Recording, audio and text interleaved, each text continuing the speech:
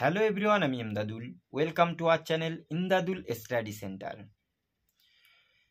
আমরা এই 2025 সালে দেখেছি বহু সংখ্যক ছোট ছোট বাচ্চা যারা প্রাইমারি স্কুলে পড়ায়, অথচ হাই স্কুলেও পড়ে, কিন্তু এই প্রাইমারি স্কুলের বাচ্চা বা হাই স্কুলের বাচ্চা অনেকেই স্কুলে যায় না।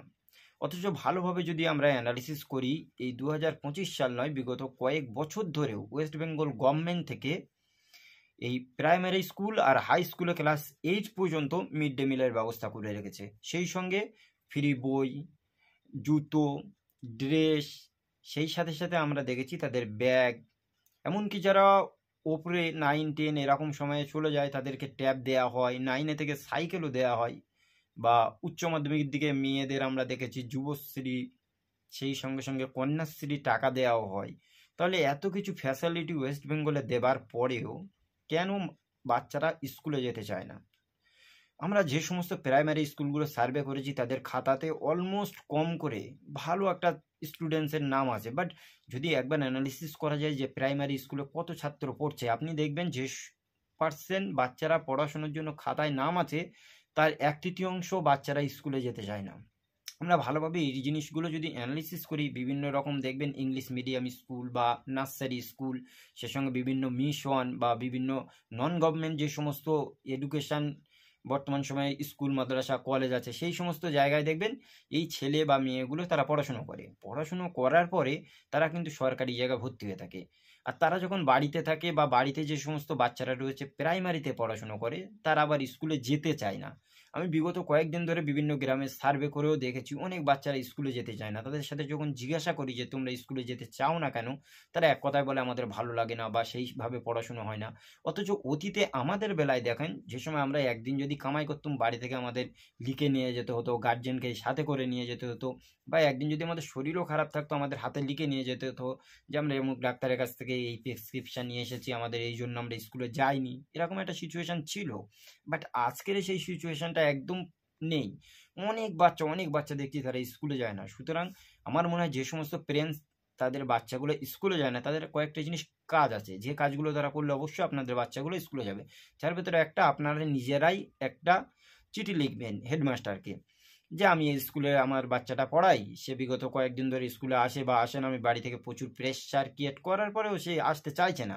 সুতরাং আপনি যদি এরকম একটা চিঠি হেডমাস্টারের কাছে বা স্কুল কর্তৃপক্ষের কাছে দিতে পারেন, দেখবেন স্কুলে যখন সেই বাচ্চাটা যাবে, ম্যামরা তাকে কিন্তু পার্সোনালি ডেকে বলবে যে এরপরে থেকে যদি স্কুল কামাই করো তাহলে কিন্তু আমরা তোমাকে রাখবো না, তোমাকে আসতেই হবে স্কুলে। এরকম একটু যদি ভয় দেখানো যায়, দেখবেন যে সমস্ত বাচ্চাগুলো স্কুলে যেতে চায় না অথচ স্কুলে ভর্তি রয়েছে কিন্তু মাঝে মাঝে যায়, সেই স্কুলে কিন্তু রেগুলার হয়ে যাবে। সেই সাথে আমরা দেখেছি যখন একটু 8, 9, 10-এর দিকে যাচ্ছে, প্রচুর বাচ্চারা রয়েছে ড্রপ আউট হয়ে যায়। কিসের জন্য হয় সেগুলো যদি একবার অ্যানালিসিস করা যায়, সেগুলো বুঝতে পারবেন। বর্তমান আমাদের ওয়েস্ট বেঙ্গলের শিক্ষা খুব একটা ভালো জায়গায় নেই, খুব খারাপ। অলমোস্ট 17,000 স্কুল রয়েছে যেখানে প্রায় স্কুল বন্ধের পথে। কেন্দ্র সরকারের রিপোর্ট আমি বলছি, প্রায় 17,000 মতো স্কুল রয়েছে বন্ধের পথে। সেই সাথে সাথে 6,000 মতো স্কুল রয়েছে যেখানে একজন টিচার নিয়ে পড়াশুনো করাচ্ছে। অথচ বিভিন্ন ক্লাস রয়েছে, লাইক প্রাইমারি স্কুলে যদি দেখেন ক্লাস 4-5 পর্যন্ত হয়তো পড়াশুনো চলে, অথচ এতটা ক্লাস, এত স্টুডেন্ট, আর একজন টিচার কিভাবে তাদেরকে পড়াবে, এরকম একটা সিচুয়েশন চলছে। বিগত অনেক দিন ধরে আমরা দেখেছি প্রাইমারি বা হাই স্কুলে টিচার নিয়োগও হয় না। এরকম একটা সিচুয়েশনে কাদেরকে আমরা বা দায়ভার করবো বলুন? কোনো গার্জেন বা কাউকে যখন বলছি যে আপনার বাচ্চাটা স্কুলে যায় না কেন, তারা তো আমাদের পরিষ্কার একটা কথাই বলছে যে আমরা স্কুলে পাঠাবো, কটা ম্যাডাম আছে, আর আমার ছেলেটাকে পড়াবে কে? সেই জন্য ওরাও ভালো লাগে না যেতে। শুধুমাত্র যাচ্ছে, মিড ডে মিল খাচ্ছে, একটু ঘুরছে ফিরছে চলে আসছে, কারণ সেখানে পড়াশোনা খুব ভালোভাবে হয় না। বিগত দিন আমাদের বেলায় যখন ছিল, আমরা দেখেছিলাম যে সাবজেক্ট ছিল সেই সাবজেক্টের টিচার ছিল, আমাদেরকে খুব কড়াভাবে পড়াতো। বাট এই সময়ে দেখেছি বিভিন্ন 4-5টা সাবজেক্টের একটা টিচার, কিভাবে তাহলে সেই টিচার্সটা পড়াবে? আর অনেকগুলো ক্লাসের যদি বাচ্চাদের নিয়ে একবার পড়াতে যায়, তাহলে সেই টিচারও তো পড়াতে পারছে না ঠিক মতো করে।